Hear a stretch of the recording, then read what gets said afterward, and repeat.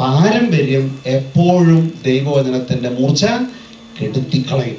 അതുകൊണ്ട് ഈ 2000 കൊല്ലത്തെ പാരമ്പര്യം പറയാവുന്ന അല്ലെങ്കിൽ അവകാശപ്പെടുന്ന ഒരു സഭയിൽ നിന്ന് പുറത്തിറങ്ങിയ നീയും ഞാനും ഇനി 70, 75, 100 കൊല്ലമുള്ള മറ്റൊരു പാരമ്പര്യത്തിന്റെ അടിമയാകുന്നത് ദയനീയമാണ്, അപഹാസ്യമാണ്. നമുക്ക് നിലനിൽക്കാൻ ഒരൊറ്റ കാര്യമേ ഉള്ളൂ, അപ്പസ്തോലിക ഉപദേശത്തിന് കീഴ്. ദൈവത്തിന് സ്തോത്രം. ഇനി കാണുന്നത് ഈ സ്ത്രീ ഗർഭിണിയായി ഗർഭക്ലേശത്താൽ ഞരങ്ങും. എന്താണ് ഈ ഗർഭക്ലേശം? അതറിയണമെങ്കിൽ റോമക്കാർക്ക് എഴുതിയ ലേഖനം അതിൻ്റെ 8-ാമത്തെ അധ്യായത്തിൽ നിന്ന് ചില വാക്യങ്ങൾ നമുക്കൊന്ന് വായിക്കാം. അതിൻ്റെ 19-ാമത്തെ വാക്യം തൊട്ട് ഞാൻ വായിക്കാം. സൃഷ്ടപ്രപഞ്ചം ദൈവമക്കളുടെ വെളിപ്പെടുത്തലിനെ ആകാംക്ഷയോടെ കാത്തിരിക്കുന്നു. എന്താണ് ഈ സൃഷ്ടപ്രപഞ്ചത്തിന് ദൈവമക്കളിൽ നിന്ന് കേൾക്കാനുള്ളത്? ആരാണ് ദൈവമക്കൾ? ദൈവമക്കൾ എന്ന് പറഞ്ഞാൽ ക്രിസ്തു യേശുവിൻ്റെ ക്രൂശ് മരണത്തിൽ വിശ്വസിച്ച് പാപമോചനം നേടി സ്വർഗസ്ഥനായ പിതാവിന് ക്രിസ്തു ആദ്യജാതനും ജീവിച്ചിരിക്കുന്ന സകല വിശുദ്ധന്മാർ ക്രിസ്തുവിൽ സഹോദരന്മാരും യഹോവയ്ക്ക് മക്കളായിരിക്കുന്നവരുമാണ് ഈ ദൈവമക്കൾ എന്തു പറയുന്നു എന്ന് കേൾക്കാൻ സൃഷ്ടപ്രപഞ്ചം കാതോർക്കുന്നു. എന്ന് വെച്ചാൽ ആ നിൽക്കുന്ന മരം കാതോർക്കുന്നു, ഈ നിൽക്കുന്ന മരം കാതോർക്കുന്നു, ആ നിൽക്കുന്ന കോഴി കാതോർക്കുന്നു. എന്താണ് കാതോർക്കുന്നത്? തൊട്ട് താഴെ എഴുതി വെച്ചിട്ടുണ്ട്. അതായത് സൃഷ്ടപ്രപഞ്ചം വ്യർത്ഥതയ്ക്ക് അടിമപ്പെട്ടിരിക്കുന്നു. ഈ ഭൂമിയിൽ നിന്ന് ജീവിച്ചിരിക്കുന്ന സകല മൃഗങ്ങളും സകല മരങ്ങളും ഒരു കാര്യം അറിയുന്നു, ഒരല്പകാലത്തിന് ശേഷം അത് ഉണങ്ങിപ്പോകും, നശിച്ചു പോകും. എന്നാൽ ദൈവപുത്രനായ ക്രിസ്തു ഈ ഭൂമിയിൽ വാഴാൻ വരുമ്പോൾ മരണം എന്ന ഒന്ന് ഉണ്ടാകില്ല. അങ്ങനെ ഒരു കാലത്തെക്കുറിച്ച് പ്രവാചകനായ യെശയ്യാ മുതൽ ഇങ്ങോട്ട് പറഞ്ഞു വരുന്നതാ 1000 ആണ്ട് വാഴ്ച. ആ കാലത്ത് ഒരു പുല്ല് മുളച്ചാൽ അത് 1000 കൊല്ലം ഉണങ്ങത്തില്ല. ഒരു കോഴിക്കുഞ്ഞ് ജനിച്ചാൽ അത് 1000 കൊല്ലം ചാകത്തില്ല. അപ്പോൾ ഈ വ്യർത്ഥതയ്ക്ക് ആ അടിമത്വത്തിൽ നിന്നൊന്ന് പുറത്തു കടന്ന് എന്ന് സമാധാനത്തോടുകൂടെ ജീവിക്കാമെന്ന് കാതോർക്കുന്നത് ഈ ഭൂമിയിലെ ദൈവമക്കൾ മാത്രമല്ല, സൃഷ്ട പ്രപഞ്ചം കൂടെയാണ്. എന്നിട്ട് പറയാണ്, അടിമപ്പെട്ടിരിക്കുന്നത് സ്വന്തം ഇഷ്ടത്താലല്ല, പ്രത്യാശ കൊടുത്ത് അതിനെ അധീനമാക്കിയവന്റെ ഇഷ്ടപ്രകാരം. അതിന് പ്രത്യാശ കൊടുത്ത് തൻ്റെ ഇഷ്ടത്തിന് കീഴ്പ്പെടുത്തി വെച്ചിരിക്കുന്നത് ആരാ? ആദാമിനെയും ഹവയെയും ഉപായത്താൽ ചതിച്ച ആ സാത്താൻ തന്നെ, വേറെ ആരുമല്ല. തൊട്ട് താഴെ വായിച്ചാൽ കാണാം, സൃഷ്ടി ജീർണതയുടെ അടിമത്വത്തിൽ നിന്ന് മോചിതമാവുകയും ദൈവമക്കളുടെ സ്വാതന്ത്ര്യം പ്രാപിക്കുകയും ചെയ്യും. ഇപ്പം നിങ്ങൾക്കും എനിക്കും ഒരു സ്വാതന്ത്ര്യം ഉണ്ട് എന്നാണ് ദൈവവചനം പറയുന്നത്. പക്ഷെ നമ്മൾ എത്ര പേർക്ക് സ്വാതന്ത്ര്യം ഉണ്ട്? നമ്മളിൽ മരണഭയം നീങ്ങിയവർ എത്ര പേരുണ്ട്? നിങ്ങളിൽ മരിക്കാൻ പേടിയില്ലാത്തവർ എത്ര പേരുണ്ടെന്ന് ചോദിച്ചത്. കാരണം ക്രിസ്തു യേശുവിൽ വിശ്വസിക്കുന്നവന് മരണഭയം ഇല്ല. കാരണം മരണത്തിന്റെ അധികാരി പിശാചായിരുന്നു. മനസ്സിലായോ?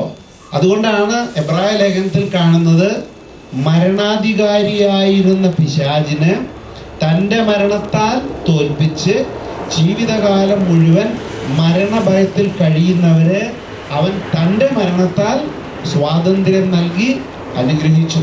മരണഭയം നീങ്ങി എന്നൊക്കെ പറയും, അതൊക്കെ ശരിയാ. പക്ഷേ പുറത്തിറങ്ങണമെങ്കിൽ ടോർച്ച് വേണം.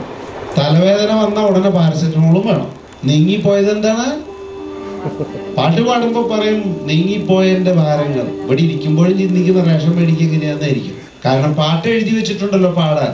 നുണ പറയരുത് കേട്ടോ. കാരണം നുണ ദൈവത്തിന് ഇഷ്ടമല്ല. മരണഭയം ഇല്ലാത്ത ഒരാളെന്തിനാ ഡോക്ടറെ എടുக்க പോണേ? മരണഭയം ഇല്ലാത്ത ഒരാളെന്തിനാ ഡോക്ടറെ എടുக்க പോണേ? ചത്തുകൂടെ കർത്താവിന്റെ അടുത്തേക്കല്ലേ പോകുന്നേ? അങ്ങനെ പിതൃഭവനത്തിലേക്ക് പോകുന്ന ഒരു സന്തോഷം ഉണ്ടോ? നിന്നു കൊടുക്കുവോ? നിന്നു കൊടുക്കും കർത്താവ് കൊണ്ടു. ഇത് നമ്മുടെ പ്രവൃത്തിയിൽ വെളിപ്പെടണം. വിശ്വാസമുണ്ടെങ്കിൽ അത് പ്രവൃത്തിയിൽ കാണണം. അബ്രഹാമിന് വിശ്വാസമുണ്ടോ എന്ന് തെളിയിക്കേണ്ടിയിരുന്നു. മനസ്സിലായോ? നമ്മൾ അബ്രഹാമിനെ കുറിച്ചൊക്കെ കുറ്റം കൊള്ളും, പക്ഷെ അബ്രഹാമിനെ കുറിച്ച് വായിക്കുമ്പോൾ നമ്മൾ വിറയ്ക്കണം. കാരണം അബ്രഹാമിന്റെ ചെരുപ്പ് കഴുകിയ വെള്ളം കുടിക്കാനുള്ള യോഗ്യത നമുക്ക് വിശ്വാസത്തിൽ ഇല്ല. നമുക്കിപ്പോൾ ഈ പ്രസംഗത്തിന്റെ പരിധിയിൽ നിന്നുകൊണ്ട് നമുക്ക് അബ്രഹാമിനെ കുറിച്ച് ചിന്തിക്കാൻ നേരമില്ലല്ലോ. എന്തെങ്കിലും നമുക്കൊന്ന് ചിന്തിക്കാം. അപ്പൊ നമുക്ക് മനസ്സിലാകും നമ്മൾ എത്ര നിസ്സാരന്മാരാണെന്ന്. ദൈവത്തിന് സ്തോത്രം. അപ്പൊ ഈ സ്ത്രീ ഗർഭിണിയായിരിക്കുന്നത് അവൾ അനുഭവിക്കുന്ന കഷ്ടം കാണിക്കാനാണ്. ഈ സൃഷ്ടപ്രപഞ്ചത്തോട് എന്താണ് സംഭവിച്ചുകൊണ്ടിരിക്കുന്നത് നോക്കുക. 22-ാമത്തെ വാക്യം, സമസ്ത സൃഷ്ടികളും ഒന്ന് ചേർന്ന് ഇതുവരെയും ഈറ്റുനോവ് അനുഭവിക്കുകയും നെടുവീർപ്പിടുകയും ചെയ്യുന്നു എന്ന് നമുക്ക് അറിയാം. അപ്പൊ സൃഷ്ടപ്രപഞ്ചം എന്ത് ചെയ്തുകൊണ്ടിരിക്കുകയാണെന്നാണ് ദൈവവചനം പറയുന്നത്? ഈറ്റുനോവ്. എന്താണ് ഈറ്റുനോവ്? അതാണ് ഈ പ്രസവ വേദന. അപ്പൊ പ്രസവ വേദന അനുഭവിക്കുന്നത് ദൈവമക്കൾ മാത്രമാണോ? അല്ലെങ്കിൽ സൃഷ്ടപ്രപഞ്ചം മാത്രമാണോ? അല്ല. തൊട്ട് താഴെയുള്ള വാക്യം നിങ്ങൾ ബൈബിള് തുറന്നു വായിക്കും. 23-ാമത്തെ വാക്യം, സൃഷ്ടി മാത്രമല്ല ആത്മാവിന്റെ ആദ്യഫലം ലഭിച്ചിരിക്കുന്ന നാമും നമ്മുടെ ശരീരങ്ങളുടെ വീണ്ടെടുപ്പാകുന്ന പുത്രത്വ ലബ്ധി പ്രതീക്ഷിച്ചുകൊണ്ട് ആന്തരികമായി വിലപിക്കുന്നു, ഞരങ്ങുന്നു. അപ്പൊ ഈ ഭൂമിയിൽ ദൈവസഭ മാത്രമല്ല ഞെരുങ്ങുന്നത്, ഈ സൃഷ്ടപ്രപഞ്ചവും കർത്താവിൻ്റെ വരവിൽ മാത്രം ലഭിക്കുന്ന സ്വാതന്ത്ര്യം കിട്ടാൻ വേണ്ടി അത് നോക്കി പാർത്തുകൊണ്ടിരിക്കുന്നു എന്നാണ് പറയുന്നത്. അപ്പോൾ ഈ സ്ത്രീ ആരാണ്? ഈ സ്ത്രീ അപ്പസ്തോലിക ഉപദേശങ്ങൾക്ക് കീഴ്പ്പെട്ട് നിൽക്കുന്ന, സൂര്യനെ അണിഞ്ഞ എന്ന് വെച്ചാൽ വിശ്വാസത്താൽ ക്രിസ്തുവിൽ നിന്ന് പാപമോചനം നേടി ക്രിസ്തുവിനോട് ചേരാൻ സ്നാനപ്പെട്ട് ക്രിസ്തുവിനെ ധരിച്ചു നിൽക്കുന്ന സഭയാണ്. പക്ഷെ ഈ സഭയിലുള്ള എല്ലാവരും ദൈവത്തിൻ്റെ സന്നിധിയിലേക്ക് എടുത്തുകൊള്ളണമെന്ന് നിർബന്ധമില്ല. തെറ്റിദ്ധരിക്കരുത്. കാരണം ഒരു ശേഷിപ്പ് മാത്രമാണ് ദൈവത്തിൻ്റെ സന്നിധിയിലേക്ക് പോകുക, ബാക്കിയുള്ളത് ഇവിടെ കിടക്കും. ഇത് ഒരുപാട് പേർക്ക് അലോരസം ഉണ്ടാക്കുന്ന ഒരു ഉപദേശം. കാരണം കർത്താവിൻ്റെ അടുത്തേക്ക് വന്ന കൂട്ടത്തിലും ഒരുപാട് പേരുണ്ടായിരുന്നു. നമുക്ക് ലൂക്കോസിന്റെ സുവിശേഷം 12-ാമത്തെ അധ്യായം അതിൻ്റെ 1-ാമത്തെ വാക്യം ഞാൻ വായിക്കാം. നിങ്ങളത് നിങ്ങളുടെ പുസ്തകത്തിലുണ്ടോ നോക്കുക. പരസ്പരം ചവിട്ടേൽക്കത്തക്ക വിധം ആയിരക്കണക്കിന് ജനങ്ങൾ തിങ്ങിക്കൂടി. അപ്പോൾ അവൻ ശിഷ്യന്മാരോട് പറയുവാൻ തുടങ്ങി. ഉണ്ടോ? അപ്പൊ കർത്താവിൻ്റെ അടുത്തുള്ള ആളുകളുടെ എണ്ണം പറയാൻ പറ്റുമോ? ഇല്ല. പരസ്പരം ചവിട്ടേൽക്കത്തക്ക വിധം ഒരു സ്റ്റാമ്പീഡ് ഉണ്ടായിട്ട് ആളുകൾ ചാകുന്നത് കാണും. ശബരിമലയിൽ ചിലപ്പോൾ കാണാം, ഉന്തും തള്ളിനിടയിൽ ഈ കൊല്ലം ആള് ചത്ത് 3-4 പേര് ചത്തിട്ടുണ്ട്.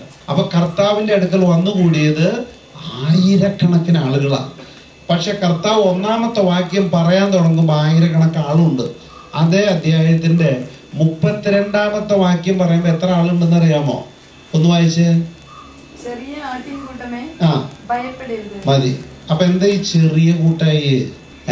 1-ാമത്തെ വാക്യം പറയുമ്പോൾ 10,000-കണക്കിന് ആളുകൾ ഉണ്ടായിരുന്നു. പരസ്പരം ചവിട്ടേറ്റ് മരിക്കാൻ മാത്രം 10,000. പക്ഷെ 32-ാമത്തെ വാക്യം വരുമ്പോഴേക്കും കേട്ടവർ സ്ഥലം വിട്ടുപോയി. മനസ്സിലായോ? അതിനർത്ഥം കർത്താവിൻ്റെ വരവിൽ എടുത്തുകൊള്ളപ്പെടാൻ യോഗ്യതയുള്ളത് ദൈവസഭയിൽ നിന്നൊരു ശേഷിപ്പ് മാത്രമാണ്. ബാക്കിയുള്ളത് മുഴുവൻ തള്ളപ്പെട്ടു പോകും. ദൈവത്തിന് സ്തോത്രം.